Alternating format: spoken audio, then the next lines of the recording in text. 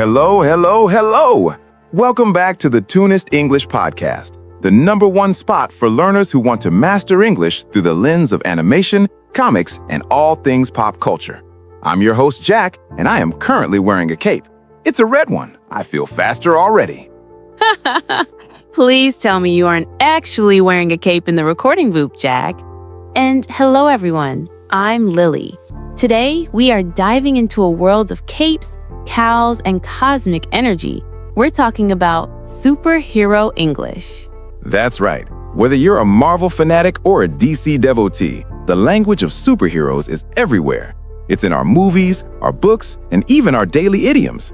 If you want to describe a hero's journey or a villain's evil plan, you need the right vocabulary. Exactly. And for our English learners out there, this is a fantastic way to learn descriptive adjectives, action verbs, and the heroic narrative structure. We've broken today's episode into 3 main segments: the origin story, the powers and abilities, and the rogues gallery. Plus, we'll have our heroic idioms section at the end. So, Lily, before we fly into the details, what's the first word every learner needs to know? It has to be origin story, Jack. How would you define that for someone who has never picked up a comic? An origin story is the how and why. It's the backstory that explains how a character went from being a regular person, or maybe an alien or a god, to becoming a superhero. It's the foundation of their identity.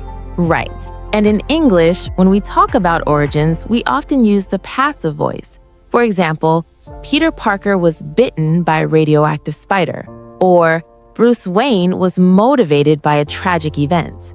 Tragic is a key word there. Many heroes have a tragic backstory. This is a trope, a common theme where something sad happens to the hero as a child. It gives them their drive or their motivation to fight crime.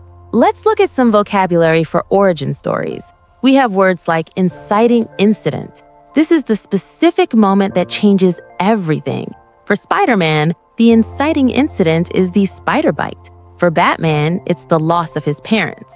Jack, what's another common origin type? The accidental discovery. This is when a character stumbles upon an object or a power. Think of Green Lantern finding the power ring. He didn't ask for it, he was chosen. And then there's the experiment gone wrong. This is a classic. A scientist is working in a lab, there's an explosion, and suddenly they can turn invisible or grow 10 feet tall. Here, we use verbs like exposed to, as in, he was exposed to gamma radiation. I love those. It makes science sound so dangerous and exciting. But once the hero has their origin, they need their alter ego. Lily, can you explain the difference between a secret identity and an alter ego? Great question. A secret identity is the name the hero uses in their normal life to stay hidden. Clark Kent is the secret identity of Superman. An alter ego is like a second personality. Sometimes the hero feels like a completely different person when they put on the mask. It's like a disguise. They use the mask and the suit or costume to protect their loved ones. If the villain knows who you are, your family is in danger. Speaking of the suit, let's transition to our second segment, powers and abilities. This is where the descriptive English really shines. Transition sound, a whoosh effect, like someone flying past at high speed. Now we're talking. This is the meat of the conversation. How do we describe what these people can actually do? We usually start with the word superpower, but to be more specific, we can use words like abilities, traits, or attributes. Jack, give us a list of the big 5 powers. Easy. Flight, the ability to fly. Superhuman strength, being much stronger than a normal human.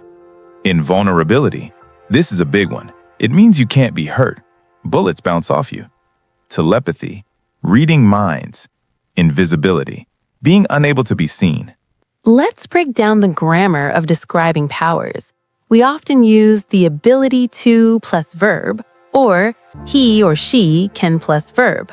For example, Flash has the ability to run at the speed of light, or she can manipulate fire. We also have enhanced senses. This means your hearing, sight, or smell are much better than average. Wolverine has an enhanced sense of smell. He can track people like a wolf. And don't forget regeneration or a healing factor. This is a very common power in modern comics. It means the character's body repairs itself almost instantly. What about the heroes who don't have biological powers? We call them gadgeteers or technical geniuses. Exactly. Batman and Iron Man are the perfect examples. They don't have powers in their DNA. They use high-tech gadgets, armor, and advanced weaponry. In English, we call a hero without powers, but with great skills, a badass normal. That's a bit of slang, but it's very common in fan communities. It describes someone who uses training, martial arts, and intelligence to keep up with the gods. Intelligence is a key power too. We often use adjectives like mastermind, tactician, or strategist to describe heroes who win by thinking, not just by punching. Great question. A secret identity is the name the hero uses in their normal life to stay hidden. Clark Kent is the secret identity of Superman. An alter ego is like a second personality. Sometimes the hero feels like a completely different person when they put on the mask. It's like a disguise. They use the mask in the suit or costume to protect their loved ones. If the villain knows who you are, your family is in danger. Speaking of the suit, let's transition to our second segment, powers and abilities. This is where the descriptive English really shines. Now we're talking. This is the meat of the conversation. How do we describe what these people can actually do? We usually start with the word superpower, but to be more specific, we can use words like abilities, traits, or attributes. Jack, give us a list of the big 5 powers. Easy. Flight, the ability to fly. Superhuman strength, being much stronger than a normal human. Invulnerability, this is a big one. It means you can't be hurt. Bullets bounce off you. Telepathy, reading minds. Invisibility, being unable to be seen. Let's break down the grammar of describing powers. We often use the ability to plus verb or he, she can plus verb. For example, Flash has the ability to run at the speed of light, or she can manipulate fire. We also have enhanced senses. This means your hearing, sight, or smell are much better than average. Wolverine has an enhanced sense of smell. He can track people like a wolf. And don't forget regeneration or healing factor. This is a very common power in modern comics. It means the character's body repairs itself almost instantly. What about the heroes who don't have biological powers? We call them gadgeteers or technical geniuses. Exactly. Batman and Iron Man are the perfect examples. They don't have powers in their DNA. They use high-tech gadgets, armor, and advanced weaponry. In English, we call a hero without powers but with great skills a badass normal. That's a bit of slang, but it's very common in fan communities. It describes someone who uses training, martial arts, and intelligence to keep up with the gods. Intelligence is a key power too. We often use adjectives like mastermind, tactician, or strategist to describe heroes who win by thinking, not just by punching. Okay, but a hero is only as good as the person they are fighting. Lily, let's head into the dark side. Let's talk about the Rogues Gallery. The Rogues Gallery is a fancy term for a superhero's collection of enemies. And the most important word here is villain. Or supervillain. But if you want to sound like a real comic book pro, you should use the word nemesis. Oh, I love that word. Nemesis comes from Greek mythology. It means a long-standing rival or an enemy that you just can't seem to beat. It's personal. Your arch nemesis is your number one enemy. Joker is Batman's arch nemesis. Lex Luthor is Superman's. It's the villain who defines the hero. When we describe villains, we use words that describe their motivation. Why are they bad? Are they seeking revenge? Do they want world domination? Or are they just anarchists who want to see the world burn? Many villains believe they are the hero of their own story. They might have a god complex, meaning they think they're superior to everyone else and should rule the world. We also have the term henchmen or minions. These are the lower-level criminals who work for the big boss.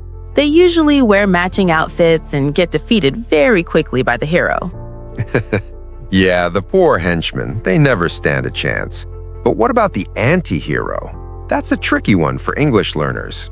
An anti-hero is a protagonist, the main character, who doesn't have the typical heroic qualities. They might be violent, selfish, or grumpy. Think of Deadpool or the Punisher. They do the right thing, but they do it in a wrong way.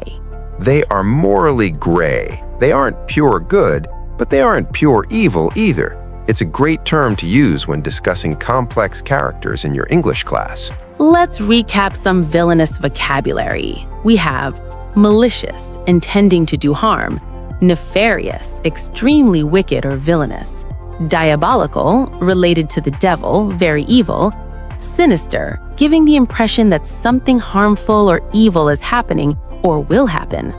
Diabolical is a great word. You often hear about a diabolical plan or a diabolical laugh. Mwahahaha. Stick to hosting, Jack. That was terrible. So, it's a tragic backstory? You're seeking vengeance? No, I'm seeking justice. There's a difference. The police are too slow and the villains are getting too bold. I had to suit up. And your powers, how did you get them? Was it a lab accident? Let's just say I was exposed to something unusual. But having these powers is a burden. You know what they say, with great power comes great responsibility. Wait, before you go, what's your weakness? Every hero has one. Is it a rare mineral? A magical spell? My weakness? It's talking too much to reporters. Goodbye. And scene. Great job, Jack. I think our listeners got a lot of vocabulary out of that. Thanks. I really felt the Dark Knight vibes there. We covered a lot today. We talked about origin stories, superpowers, villains, and idioms. This is the perfect toolkit for anyone who wants to discuss the latest Marvel movie or read a graphic novel in English. And remember, the best way to learn this is to use it. Head over to our comments section or our social media. Tell us, what is your origin story? If you were a superhero, what would be your superpower? And who would be your arch nemesis? We love reading your responses. It's a great way to practice your writing. Use the words we learned today. Words like enhanced, invulnerable, and nefarious. Before we wrap up, we have a quick TOONIST challenge. We want you to describe a famous person as if they were a superhero. For example, Albert Einstein was a technical genius whose superpower was his intellect. His mission was to unlock the secrets of the universe. That's a great exercise. Pick a celebrity, an athlete, or even a family member and write their superhero profile. Well, that's all the time we have for today's episode of the Tunist English Podcast. I'm Jack. And I'm Lily. Don't forget to subscribe, leave a review, and tell your friends. We're on a mission to make English learning as exciting as a comic book battle. Until next time, keep practicing, keep watching, and stay heroic. Avengers Assemble. Wait, can I say that? Is that copywriting? Just play the music, Jack. I'm Batman. Jack. Sorry. Bye, everyone.